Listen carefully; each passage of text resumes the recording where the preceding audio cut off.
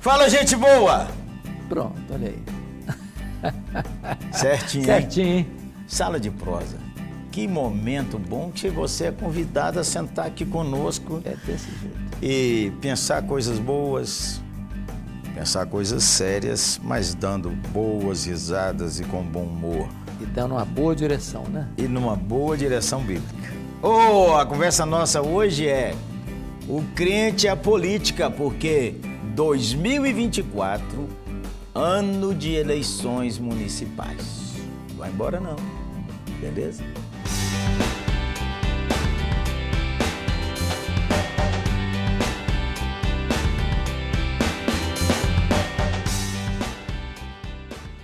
Ano de eleições. Pau quebra quando fala em política, hein, mestre? Ou não?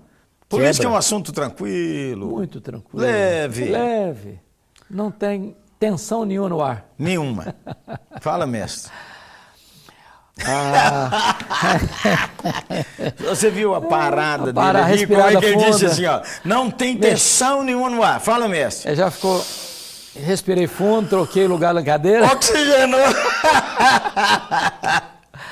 Eu acho que o ditado popular que diz que política, futebol e religião não se discute é um dito perigoso. Falso? Falso. Falso. Porque nós todos torcemos contra o Palmeiras, mas... Vamos fazer o quê, né? Não teve jeito, não. Tem que entregar o caneco para eles, né? Mas a política ela é fundamental, porque quem não se interessa por política vai viver vítima dos esquemas e sistemas políticos. Ô, mestre, eu acho que todo mundo se interessa por política. O que, às vezes, as pessoas não fazem é refletir melhor. Por quê? Não tem como viver fora do ambiente da política. Com certeza que não. Há leis que nós temos que cumprir. Há ações que nós sofremos por decisões de líderes que nós mesmos elegemos. Mesmo quando a pessoa anula seu voto ou não quer participar, ele participou. Claro. Ele tomou a decisão. Então, seria muito mais cristão e cidadão interessar para conhecer coisas boas e operar de maneira legítima. Mas você acha que a vocação política é vocação de Deus ou vocação do diabo? A risada mesmo, ouvindo? A risada dele foi brutal. Você observando? Grava essa risada dele aí depois, só pra você ver. Ai, meu Deus do céu. Bom, o nosso amigo, próximo companheiro, João Calvino, já dizia que a vocação política, a vida nessa área, é uma sacrossanta vocação. Para você que não entende o Calvino sacrossanta, explica aí, mestre, o que é sacrossanta? É sagrada. Muito sagrada e santa. Então, o que acontece? O que eu acho é que nós deveríamos, como igreja, povo cristão, garimpar vocações, preparar jovens para a vida pública, para a vida política. E entendo que uma pessoa, ao entrar na política, precisa ter 3 características. Vocação. Vocação. Então, uma pausa aí na vocação. Sim. Lucas 10, 2 diz assim: rogai ao Senhor da seara que envie trabalhadores para a sua seara. O reino de Deus é amplo. E sendo a vocação política sacrossanta, que Deus que ore para que Deus desperte vocações políticas na igreja. Segundo, preparo. Senão vai ser inocente útil e massa de manobra. Então, não adianta nada uma pessoa, fui eleito. Ok, fui eleito. E daí? Qual a sua influência? Como você tem capacidade de fazer uma leitura do momento e votar a favor ou contra um projeto? Deixa eu entrar aí contigo. Nesse caso, então, a liderança local da igreja tem uma oportunidade grande de preparar aqueles que, porventura, foram... Tem pendor. Tem pendor para a política. Então, estar próximo, orar por eles, acompanhar, sugerir dar leituras. A ele todo o suporte, leitura. Trabalhar a integridade do coração. Tudo isso é precioso. A terceira coisa, primeiro é vocação, segundo é preparo. Terceiro é uma ética granítica. Em outras palavras, Alguém que não se dobra pelo sistema, nem pela pressão, nem pela sedução. Então tem uma expressão que diz assim, todo político é corrupto. Não é verdade. E essas totalidades, porque uma vez um cara falou assim, todo pastor é ladrão. Estava perto do meu sobrinho. E ele falou da profissão do cara assim, e toda pessoa assim é adúltero. Ele disse, mas eu não sou casado, mas como é que você diz que todo pastor é ladrão? Eu estou te dando a generalização. Então, quando a gente pensa assim, em todas as profissões, em todas as áreas da vida... Você tem gente boa e você tem gente complicada. É médico, é advogado, é engenheiro, é professor, é agricultor, é qualquer coisa. Então, esse ano nós temos eleição de prefeito e vereador. O púlpito A mais importante eleição, porque a base da nação está lá no município. Lá no município. Lá, se a coisa não acontecer lá... É o primeiro círculo. É o primeiro círculo. Ali é o mais importante. Então, veja assim, como é que, como comunidade cristã, a gente pode se posicionar? Primeiro você disse, encorajando e orando para que Deus desperte vocações. Aí tem vocações legítimas na igreja. A igreja deveria defender um partido? Não. A minha visão é que a igreja não pode entrar na questão político-partidária e o púlpito não é um palanque e a igreja não é um curral eleitoral.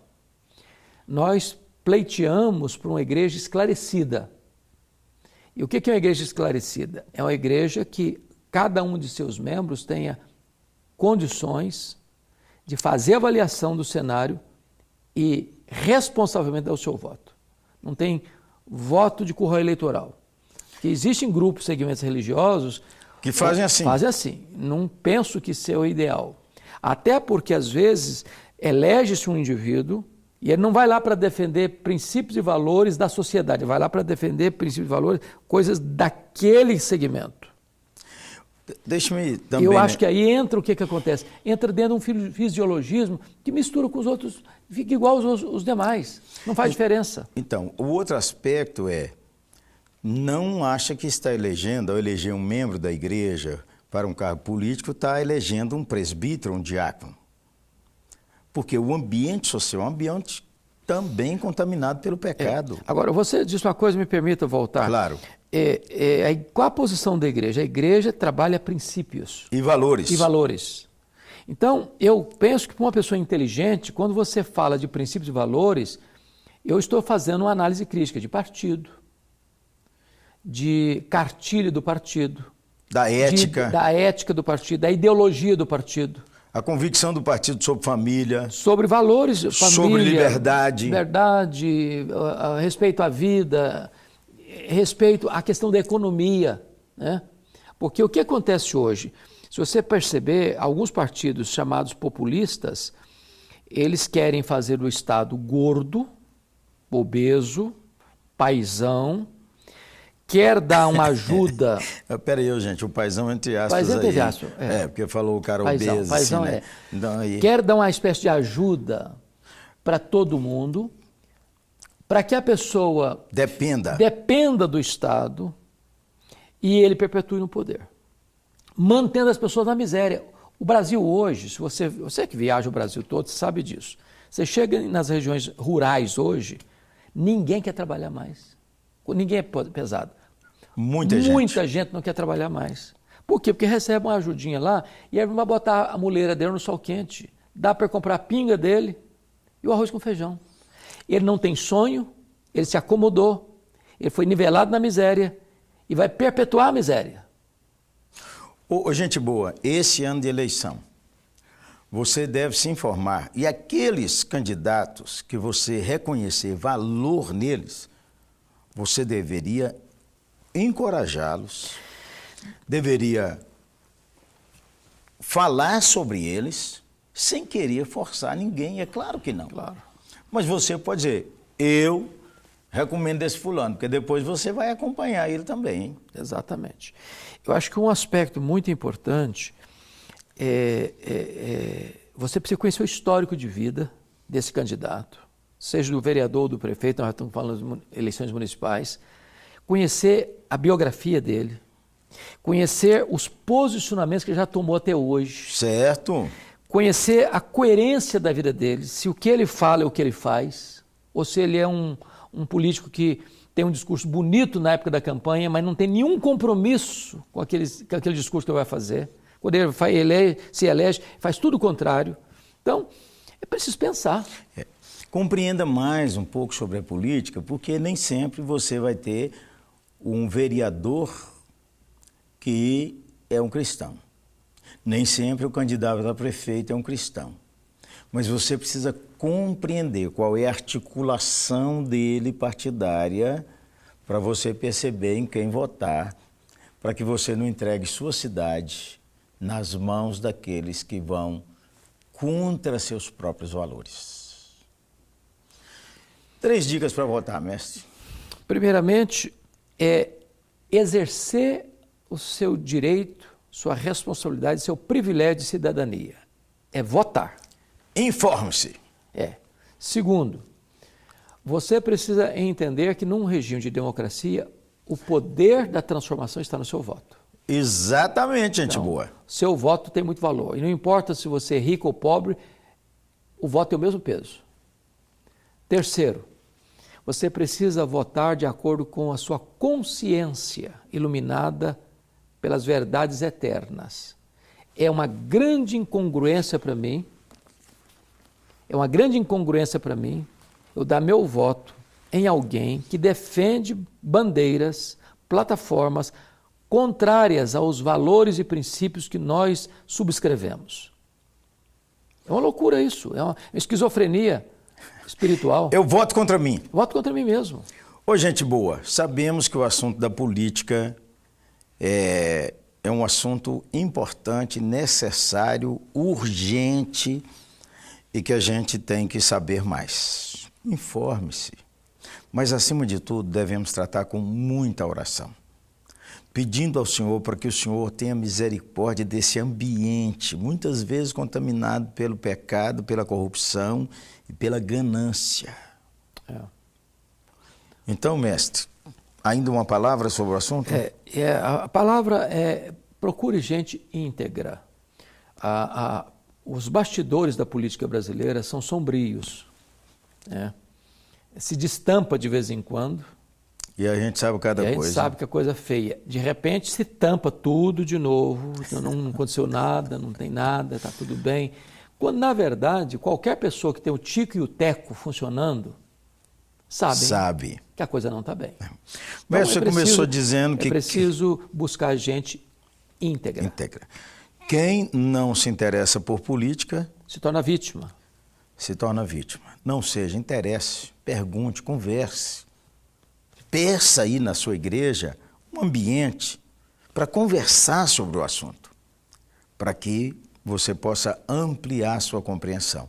Mas nunca deixe de orar, para que o Senhor manifeste graça sobre a sua cidade e sobre essas eleições. Uma coisa boa, talvez a gente pudesse falar aqui no final desse programa, Jeremias, nós devemos também evitar entrar em disputas, brigas, querelas, malquerenças, dentro da igreja, exatamente, com os de fora. Então, acho que nós temos que ser maduros nesse sentido.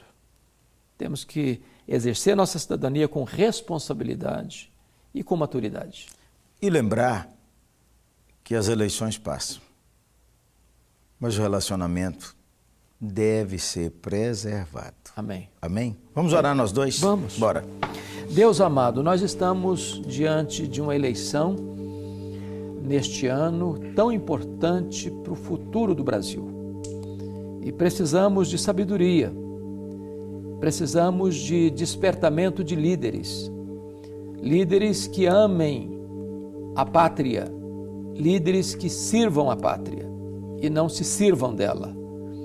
Pedimos-te que tu despertes uma consciência cívica no coração, na mente dos cristãos desta nação, a fim de que possam votar com humildade na dependência do Senhor Jesus Cristo, o Rei da Glória, o Senhor dos Senhores, e que possam também votar no sentido de buscar a melhoria desta nação em todas as áreas, Senhor, seja amém. ela política, econômica, social, moral e espiritual. Assim oramos em nome de Jesus. Amém. Amém. Senhor, te agradecemos porque diante do Senhor clamamos para que o Senhor desperte genuínas vocações para a política. Amém. Genuínas vocações, Senhor. Como estamos falando desse assunto, sabemos que é o Senhor quem dá.